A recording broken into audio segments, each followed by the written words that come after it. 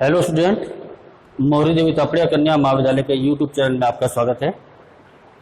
आज अपने बात करेंगे सी लैंग्वेज के अंदर या सी भाषा के अंदर इनपुट और आउटपुट फंक्शन कौन कौन से होते हैं। आज अपने इस डिवीजन वीडियो में देखेंगे कि इनपुट और आउटपुट फंक्शन क्या होते हैं और उसका सिंटैक्स क्या होता है, उसको किस प्रकार से प्रोग्राम में अपने यूज करते हैं। आज अपने इस वीडियो में ये देखने वाले हैं।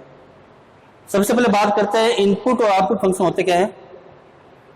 इनपुट वह फंक्शन होते हैं सी भाषा के अंदर जो यूजर द्वारा दिया गया मान या वैल्यू को प्रोसेस होने के लिए किसी वेरिएबल में ट्रांसफर करते हैं। यानी यूजर जो वैल्यू देता है उसको क्या करता है इनपुट फंक्शन, कि उसको लेके जो वेरिएबल आपने डिक्लेयर किया है प्रोग्राम के अंदर, उसके अंदर वो क्या करता है, इसको अंदर स्टोर कर देता है। कौन? आपका इनपुट फंक्शन।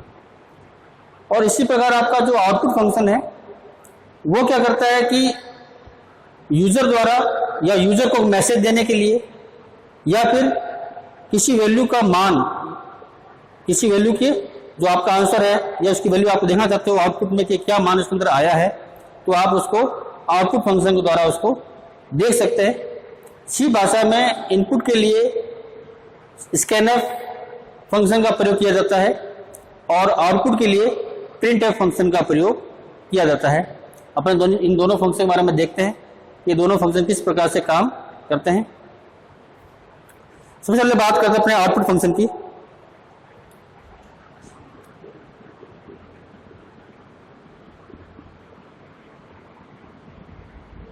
आउटपुट फंक्शन आपका है प्रिंट एफ।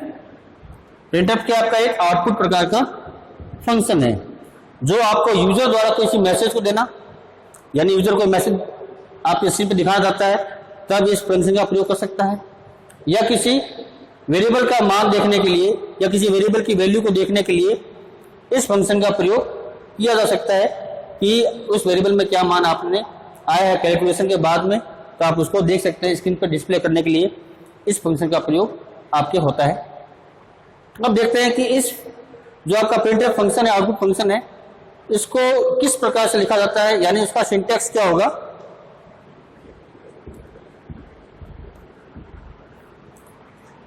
सबसे पहले आपका आएगा, लिखा जाएगा प्रिंटफ। प्रिंटफ आपका एक सी लैंग्वेज का एक कीवर्ड है। क्या है ये? कीवर्ड है। तो सबसे पहले आप लिखोगे प्रिंटफ, लिखोगे, फिर आप ब्रैकेट का निशान, फिर आप लिखोगे इसमें कंट्रोल स्ट्रिंग,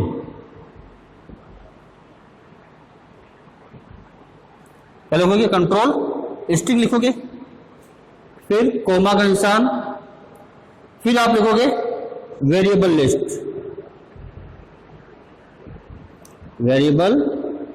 लिस्ट, फिर लास्ट में ब्रैकेट बंद करके और सेमीकोलन का चिन्ह।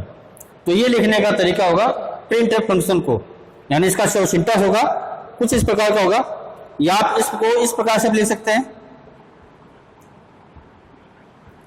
प्रिंटफ ब्रैकेट निशान मैसेज,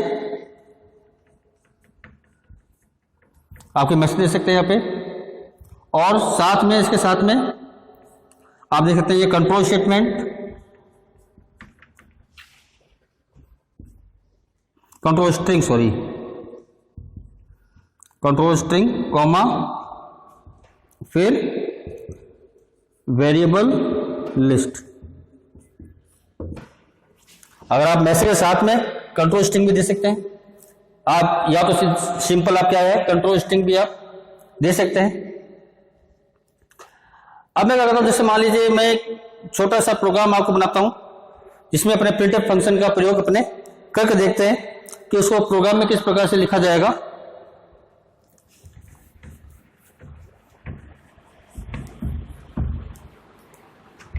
एक छोटा सा प्रोग्राम मैं बना रहा हूं केवल वैल्यू को डिस्प्ले करने का। ये केवल क्या है, एग्जाम्पल प्रोग्राम है। अपने को प्रिंटफ फंक्शन को समझने के लिए क्या है, एक एग्जाम्पल प्रोग्राम बना रहा हूं मैं। सबसे पहले आपका hash include stdio.h hash include conio.h, ये दो हेडर फाइल है। अब हेडर फाइल क्या होती है, इसके लिए मैं आपको विस्तार से समझाने के लिए एक मैं अलग से आपको वीडियो बनाऊंगा, जिसमें मैं आपके पूरे प्रोग्राम के स्ट्रक्चर के अंदर कौन सी चीज या कौन से प्रोग्राम के एलिमेंट्स क्या क्या कहलाते हैं, उन सब के बारे में आपको एक अलग वीडियो में मैं आपको बताऊंगा। अभी सिंपल अपने पहले देखते हैं प्रिंटफ फंक्शन के बारे में। तो मैंने दो हेडर फाइल लगा दी, फिर अपने लिखते हैं मेन फंक्शन, क्या लिख दिया, मेन फंक्शन, जो आपके इस कर्ली ब्रैकेट से क्या हो गया, स्टार्ट हो गया। अब मैंने यहाँ पर क्या किया, मैंने यहाँ पर लिखा एक वेरिएबल डिक्लेयर किया। मैंने क्या बताया था वेरिएबल डिक्लेयर करने का तरीका क्या होता है, डाटा टाइप, फिर वेरिएबल का नाम, जैसे मान लीजिए मैंने दिया नाम क्या है, कॉस्ट, क्या नाम है, कॉस्ट। कॉस्ट नाम का मैंने क्या ले लिया, एक वेरिएबल ले लिया।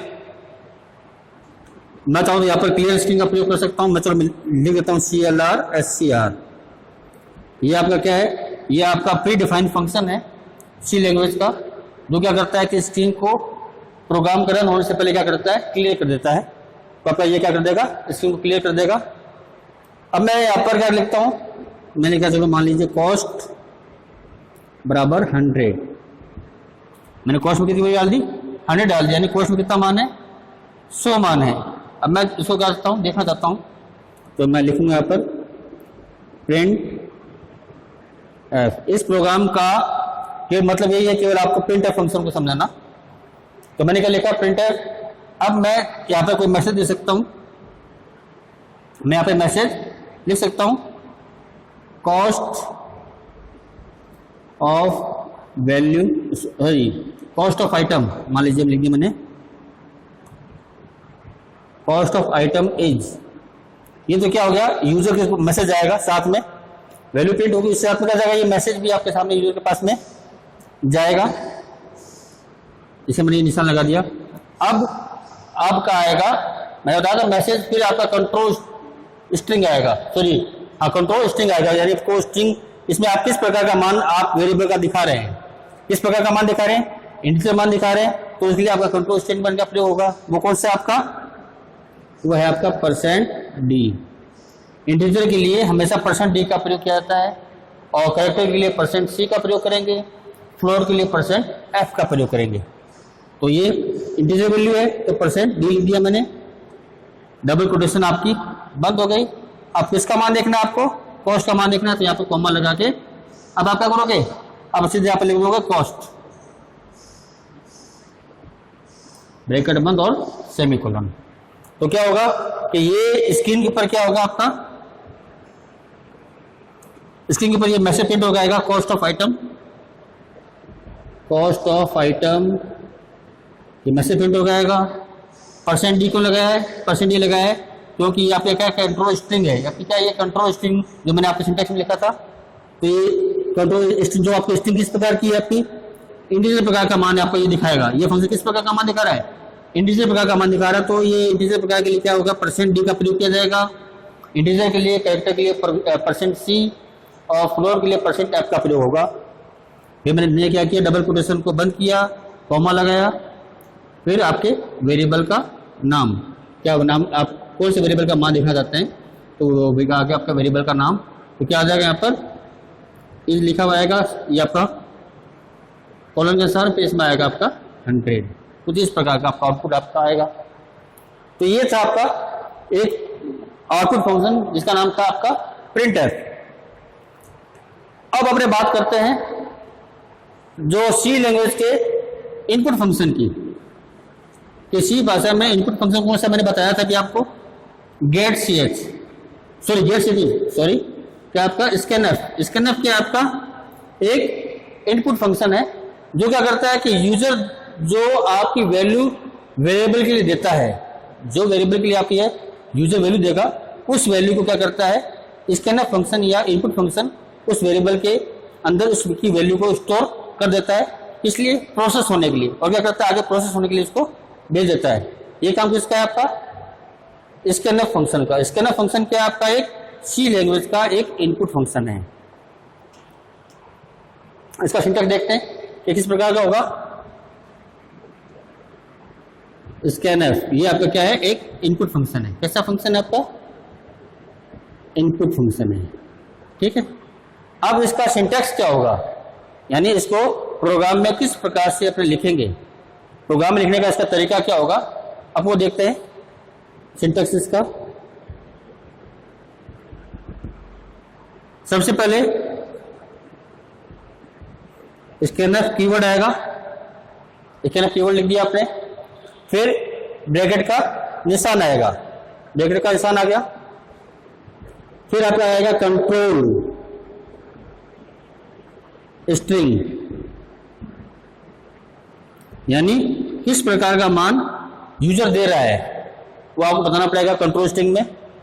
फिर कॉमा लगा के यहाँ पे डबल क्वेश्चन बंद हो जाएगा, फिर आपका क्या आ जाएगा, एंड परसेंट का निशान लगेगा, ये किसका लगेगा निशान, एंड परसेंट का निशान लगा के फिर वेरिएबल नेम, अगर एक से ज्यादा वेरिएबल तो और भी है, इसके कोमा लगा के वो आगे आ सकते हैं आपके। अगर आप चाहते हो कि एक साथ दो वेरिएबल का मान देना चाहते हो तो आप एंड परसेंट लगा के आगे आप और भी वेरिएबल का नाम दे सकते हैं। इस प्रकार से जैसे इसका सिंटैक्स होगा। अब समझते हैं इसमें है क्या कि स्कैनफ है वो आपका क्या है, ये आपका एक इनपुट फंक्शन है जो क्या करता है कि यूजर द्वारा वैल्यू को इनपुट लेता है। फिर इस ब्रैकेट में क्या लिखा जाएगा, डबल क्वेश्चन में कंट्रोल स्ट्रिंग, कंट्रोल स्ट्रिंग यानी इंटीजर है आपकी कोई वैल्यू इन प्रकार का तो परसेंट डी आएगा, अगर मान लीजिए फ्लोट है तो परसेंट एफ आएगा, और मान लीजिए कैरेक्टर प्रकार का है तो परसेंट सी यूज किया जाएगा कंट्रोल स्ट्रिंग के अंदर। फिर ठीक है, फिर आपकी डबल क्वोटेशन बंद हो जाएगा, फिर कॉमा लगा के एंड परसेंट का निशान, ये एंड परसेंट का बताता है, ये बताता है एड्रेस, वेरिएबल का एड्रेस बताता है। क्या बताता है ये, वेरिएबल का एड्रेस, इसको एड्रेस ऑफ भी कहते हैं, क्या कहते हैं, एड्रेस ऑफ ऑपरेटर भी कहते हैं। ये वेरिएबल के एड्रेस की को बताता है कि आपका वेरिएबल कहाँ पर है और उसका एड्रेस क्या होगा, वहाँ पे क्या करेगा, वैल्यू को स्टोर कर देगा। फिर वेरिएबल का नाम किसमें आप वैल्यू देना चाहते हैं तो आप यहाँ पे दे सकते हैं। अब क्या करते हैं कि अपने छोटा सा प्रोग्राम और बनाते हैं, इसको समझने के लिए स्कैनफ को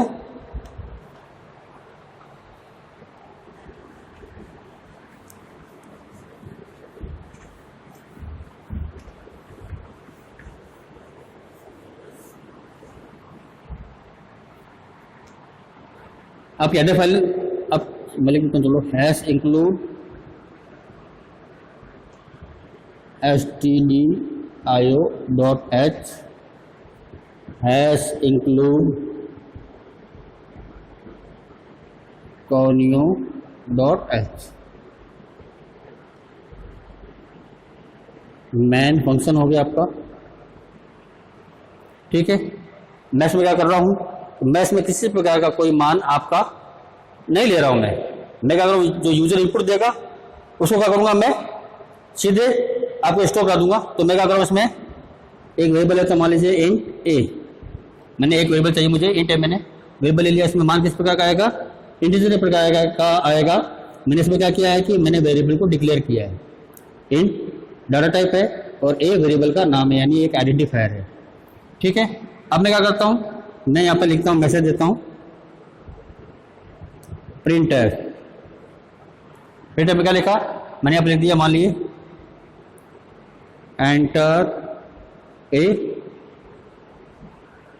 वैल्यू, एक वैल्यू आप एंटर कीजिए। तो यहाँ पर क्या हो गया, ये मैसेज आया यूजर के पास में, ये क्या है, एक सिंपल मैसेज है। तो आप मैसेज भी दे सकते हो, तो आपको कंट्रोल स्टेटमेंट देने की आवश्यकता नहीं है। मतलब मैं किसी का मान दिखा नहीं रहा, मैं किसी वेरिएबल का मान नहीं देख रहा हूं, तब आपको कंट्रोल स्टेटमेंट लिखने की आवश्यकता नहीं है। मैं केवल आपको क्या कर रहा हूं, एक मैसेज प्रिंट कर रहा हूं, तब आपका कंट्रोल स्टेटमेंट इसमें नहीं आएगा। तो मैंने क्या लिखा, केवल एंटर ए वैल्यू, तो आपका ये मैसेज आएगा। अब यूजर क्या करेगा कि आपने के सामने मैसेज गया तो यूजर क्या करेगा, वो वैल्यू एंटर करेगा। तो वो वैल्यू कौन लेगा, आपका स्कैनफ फंक्शन लेगा, चलेगा स्कैनफ फंक्शन ले लिया। अब वेरिएबल आपका वो मान यूजर देगा, वो किस प्रकार का देगा, ए आपका किस प्रकार का वेरिएबल है, इंटीजर प्रकार का, यानी वो इंटीजर मान आपका देगा। तो इंटीजर के लिए क्या लिखते हैं, कंट्रोल स्टेटमेंट परसेंट डी मैंने लगा दिया, परसेंट डी का सिंबल लगा दिया, और मैंने इसको स्ट्रिंग कंट्रोल को मैंने क्या कर दिया, बंद कर दिया। डबल कोटेशन से, कॉमा, किस में मान डालना है, इस ए में डालना है, तो आप लिखोगे एंड परसेंट ए, ये लिखा एंड परसेंट ए, और लास्ट में ब्रैकेट बंद और सेमीकोलन। ठीक है, अब मैं क्या करता हूं कि मैं इसके मान को दिखाता हूं कि ए में क्या मान दिया गया है, तो मैं दोबारा लिख सकता हूं